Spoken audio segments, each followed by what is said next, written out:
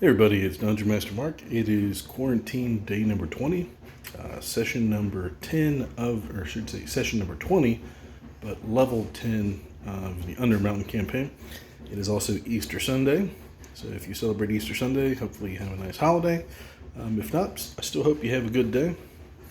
But here's today's session. So previously the party went, they attacked the slavers, managed to scuttle the slaver ship. The other ship of the pirates, of course, was able to get away. They went back to the previous level and went through the Cavern Complex, and they make their way down into this little chamber, which I guess technically we could put on the little lights there. Once they make their way down into this first little antechamber, there's some of these, they're pretty large, giant insects, giant centipedes. They immediately, like as soon as the party steps towards the center of the room and they sense them, they immediately kind of scurry over to attack the party. They are poisonous, so this is more of a kind of give the party maybe a little bit of negative attributes. I believe what the poison these are going to do is going to be a -2 to Dex if they do get poisoned, which, like I said, should be a fairly easy encounter for them. It also gives our healer a chance to do a little bit of healing, because when you get that feeling. Over in this chamber, of course, they encounter this giant Arachnid type creature that's hanging towards the ceiling. They don't actually see the, if I get a picture there, of the chitine or the eater caps, which actually there's a little bit of both. So they make their way, of course, into this chamber. Neither of these creatures attack you, they're just kind of hanging out.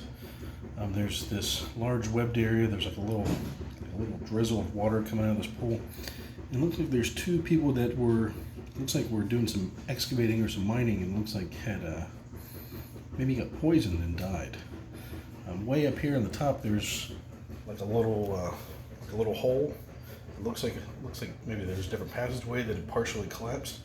This is actually where the eater caps and the chitines are making their little lair. They're rather skittish. They don't generally come out unless they think something's going to be an easy prey. These were actually attacked by the giant Arachnid, or the giant spider, whatever you want to call it. They were poisoned, and then the eater caps then came out and poisoned them again and attacked and overwhelmed them. So making our way down this way. It's pretty uneventful. The party does find, I should mention, party does find a couple potions, a potion of invisibility, a potion of cure light wounds. These two people that were mining. Depending on how they travel down, if they're using any type of lights, once they get to this main chamber, there's this kind of like a large stairway leading upwards. They see something kind of take off in the darkness and start flying. It looks like it just flies a random direction going by the dice roll. But it's basically a giant bat. If they're using a potion of invisibility, the creature actually flies and swoops over them because it can sense that something's down that way using its echolocation. And then over this way, there's two very, very young cave trolls. They're basically just toddlers. Their mothers wandered off, which is typical. So they have fast healing, but they don't have a true regeneration. So they are a little timid. They don't immediately rush out to attack the party. They basically look like a halfling-sized little green, bigger than a goblin, but smaller than a medium-sized creature. But they look very trollish, but definitely not human, definitely not goblin. Over in this direction, there's a treasure chest just kind of sitting there, and then it looks like there's a broken mechanical dog sitting next to it. So this is basically a mimic.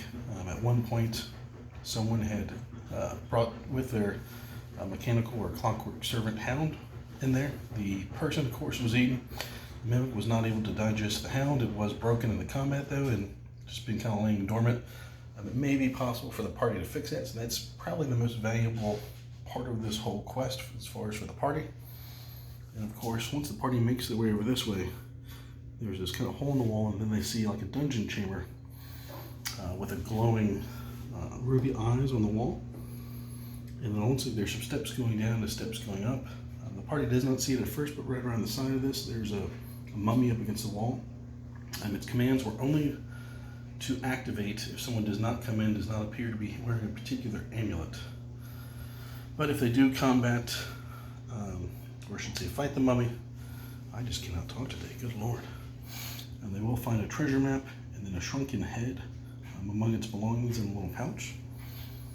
So, like I said, it could be where they find some goodies there.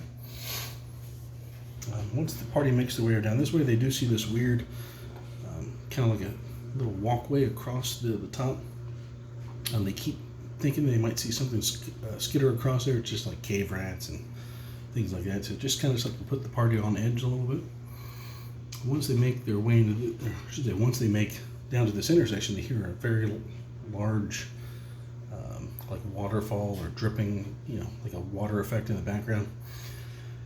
Over this way, there's a cavern, and then there's a small waterfall where there's like another chamber above where there's flowing water like an underground stream. And of course, it's streaming down. And of course, we got some more of our cave crabs there. Over this way, though, the party, when they first walk in, is just going to see this pool, and of course, there's water dripping in from up above. Once they do look up, though, if they have a fairly strong light source, something stronger than a torch, they're going to see these two tentacled, like brain creatures hanging out on the top of the ceiling. If the party turns off their light for any reason, like if they use like the bulletin lanterns, or if they put out their torch to use dark vision or anything like that, that's when these creatures are going to attack. They are a little skittish around the light, so there will definitely be a combat. If not, they'll wait till the party starts to leave, and one of them will try to attack the party. Their first goal is to try to pull the party member into the water, so that, of course, they have an advantage since they can just levitate above it and attack. The other creature will, if gets heavily damaged, they'll try to actually pull the creature underwater, since they have the ability to water breathe for, I believe it's like 10 rounds when I stab them up. But yeah, like I said, it should be kind of interesting. It's not going to be a super long quest for today. I'm only planning on this being about 4 hours at most. I decided to do something a little different for today's quest. I want something a little visually appealing. And of course, we've got a little waterfall, and there is, of course, a cave fisher. So once the party comes in here, if they do try to investigate up that way, the cave fisher will shoot out the web anchor and try pulling them up to him so you can attack. So yeah, that's it, everybody. Thanks for watching. Hopefully you all have a good Easter holiday. Hopefully you all have a fun day. Enjoy some gaming, and I'll talk to you all later. Bye-bye.